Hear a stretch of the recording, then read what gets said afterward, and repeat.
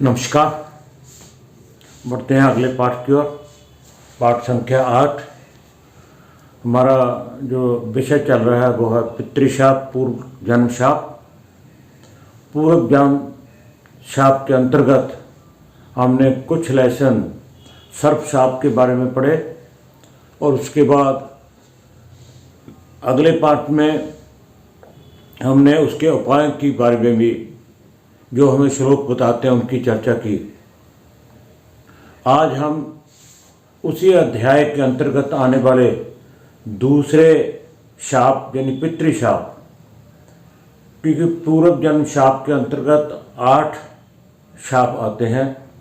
सर्प शाप, पितृशाप, मातृशाप, भ्रातृशाप, मातुल्य शाप, ब्रह्म शाप, पत्नी शाप और प्रेत शाप। ये 8 को हम चर्चा में लेंगे। सर्प शाप की हम चर्चा कर चुके हैं। आज जो दूसरे नंबर पे आता है पितृशाप। पितृशाप का अर्थ ही ये बता देता है कि पिता द्वारा पूर्वले जन्म में जो हमने कर्म किए, वहाँ कोई गलती की, वहाँ हमें कोई शाप मिला, तो पिता का कारक सूर्य। हम लोग पिछले अगर कुछ अरसे में देखे कि लोग सब जानते थे इन सब चीज़ों को, उन्हें ज्ञान था, क्योंकि गली मोहल्ले में, आम चर्चा में, घर परिवारों में एक दूसरे को नोक झोंक जलती थी।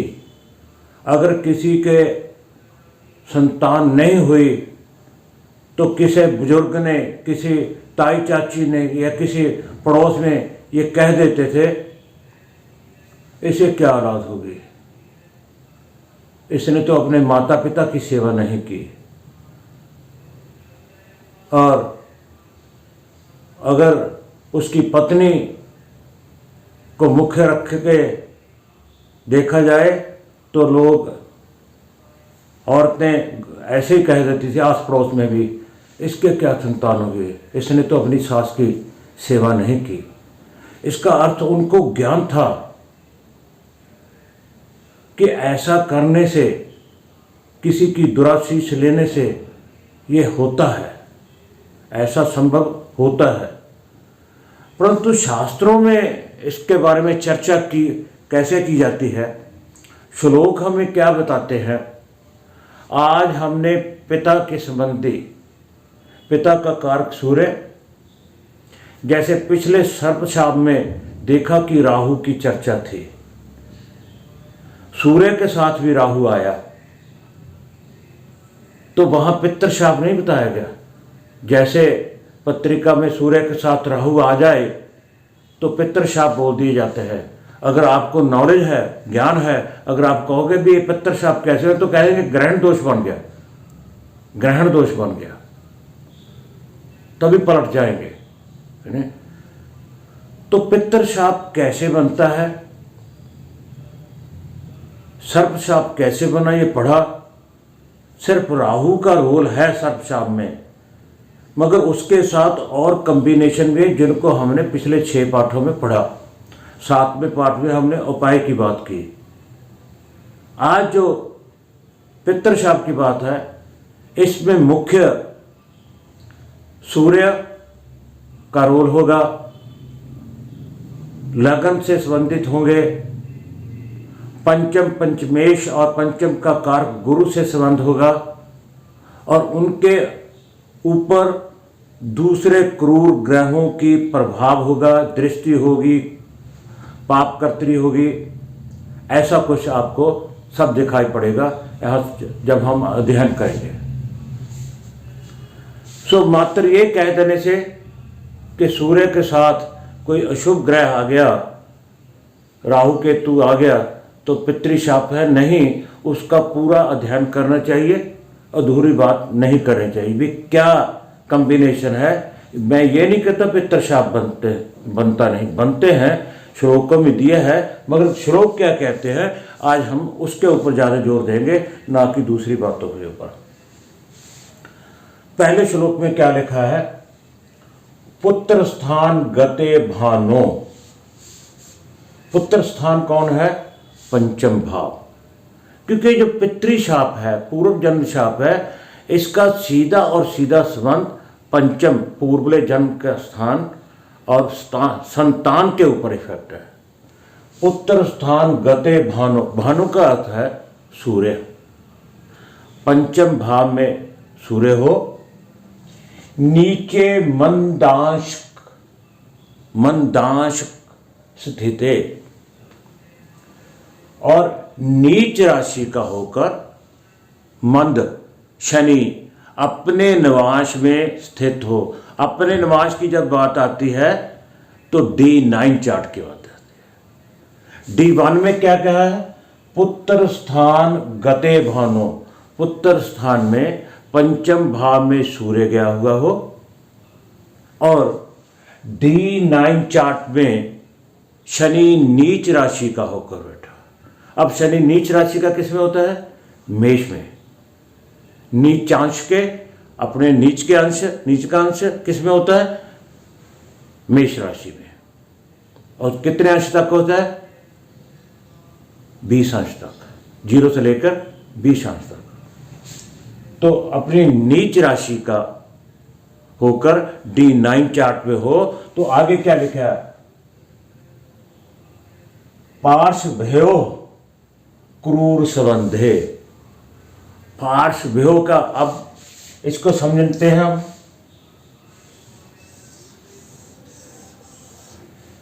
पहले उन्होंने क्या कहा श्लोक जी में, पराशर जी ने? ये सारे श्लोक कहां से हैं? बृहत होरा पराशर से। मैं कहता हूं सिर्फ मेरे पढ़ाने मात्र से ये जो यहाँ व्याख्याकर से सफिशिएंट नहीं है। कृपया आप जरूर पढ़िएगा, विस्तार से पढ़िएगा, यानी जो टेक्स्ट बुक्स हैं विद्वानों के लिखे उनको जरूर पढ़िएगा। पुस्तकें बहुत मिल जाएंगी।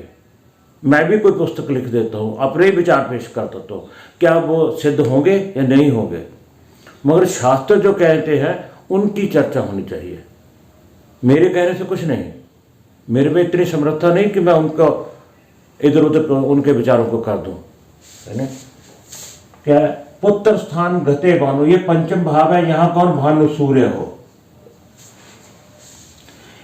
नीचे मंदांश स्थित है, और नीच राशि का होकर यानी कि D9 में शनि किस राशि में हो? मेष राशि में।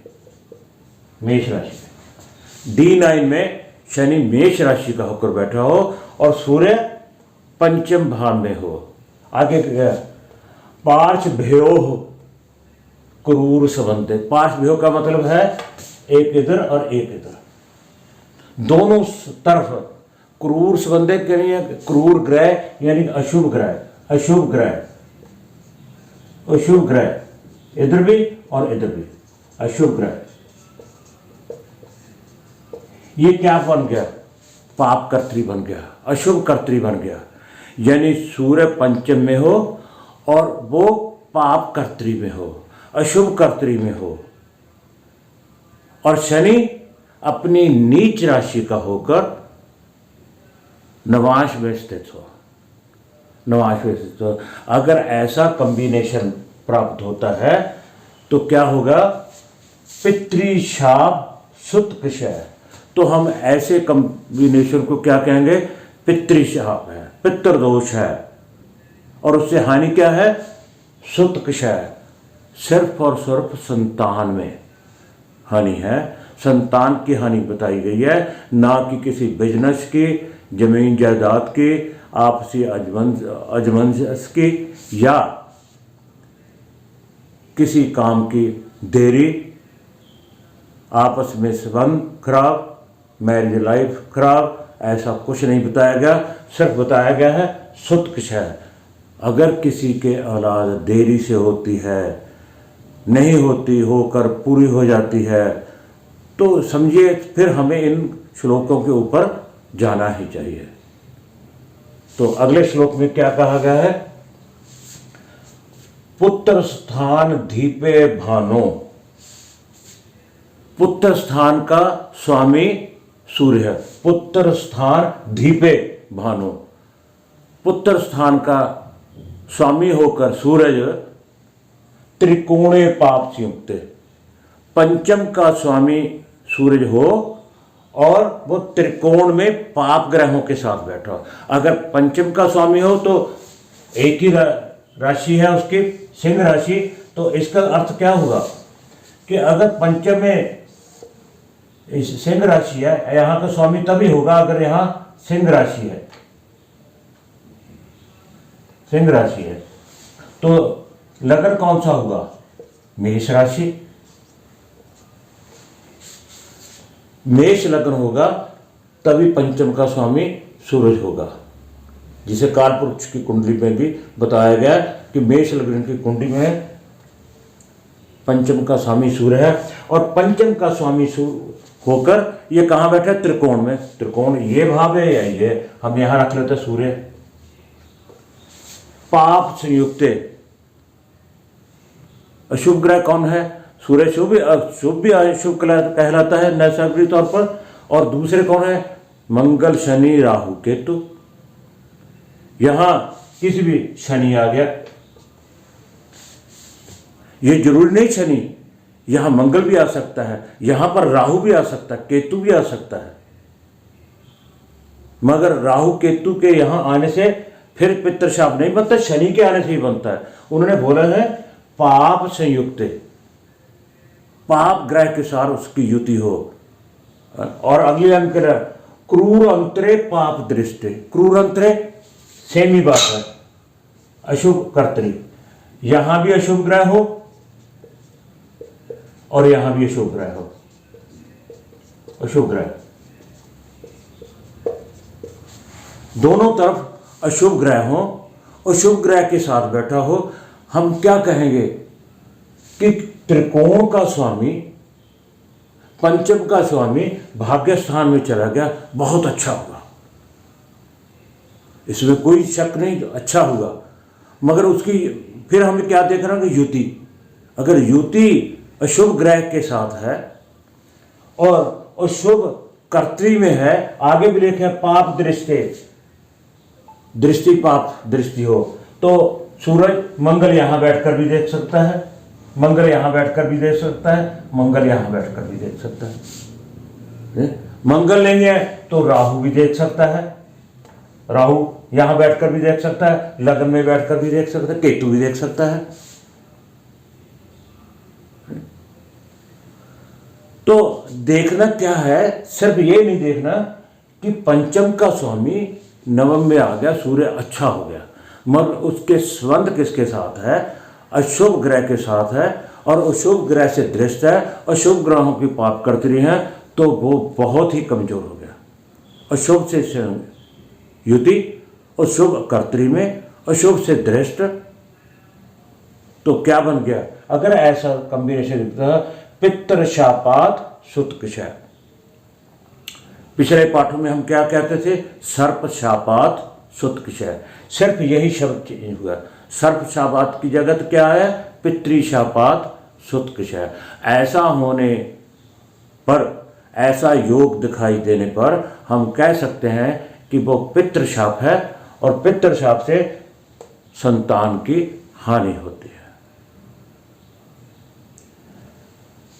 हम ये श्लोक पढ़ाकर जैसे सर्पशाप के श्लोक पूर्ण किए, और उसके बाद एक लेसन हमने उपाय का बता दिया। तो जब पितृशाप के श्लोक खत्म हो गए तो अगले ही पाठ में मैं इसके जो उपाय हैं शास्त्रों में क्या दिए गए उसकी भी चर्चा करेंगे। कई बार मैसेज आ जाता है कि आप साथ के साथ उपाय बता दीजिए, पहले अध्याय को खत्म होने दीजिए, जो टॉपिक शुरू किया उसको खत्म होने के बाद ही उपाय की बात होती है। वैसे तो उपाय मैं अभी तक 300 से ऊपर पाठ हो गया, कोई बताया नहीं, मगर इसके श्लोकों में साथ के साथ दिए हैं तो मैं साथ के साथ बता दूंगा। तो पहले का कॉम्बिनेशन क्या था? सूर्य पंचम में हो, अशुभ कर्तरी में हो, और शनि अपने नीच निवास में D9 में नीच निवास में हो, तो पितृशाप योग बनता है और उससे संतान की हानि होती है। और दूसरे श्लोक में बताया पंचम का स्वामी होकर त्रिकोण में बैठा हो, यहाँ भी बैठा हो सकता है, बाहर नव में भी बैठा हो सकता है, यानी और किसके साथ हो? अशुभ ग्रह के साथ, अशुभ क्रूर अंतरे, अशुभ कर्त्री में तथा अशुभ ग्रह से दृष्ट हो तो पितृ शापात सुतक्षय पितृ दोष बनता है और इससे संतान की हानि होती है। इस पाठ में इतना ही। अगले पाठ में और श्लोक लेकर आपके सामने प्रस्तुत होऊंगा। आप सबका बहुत बहुत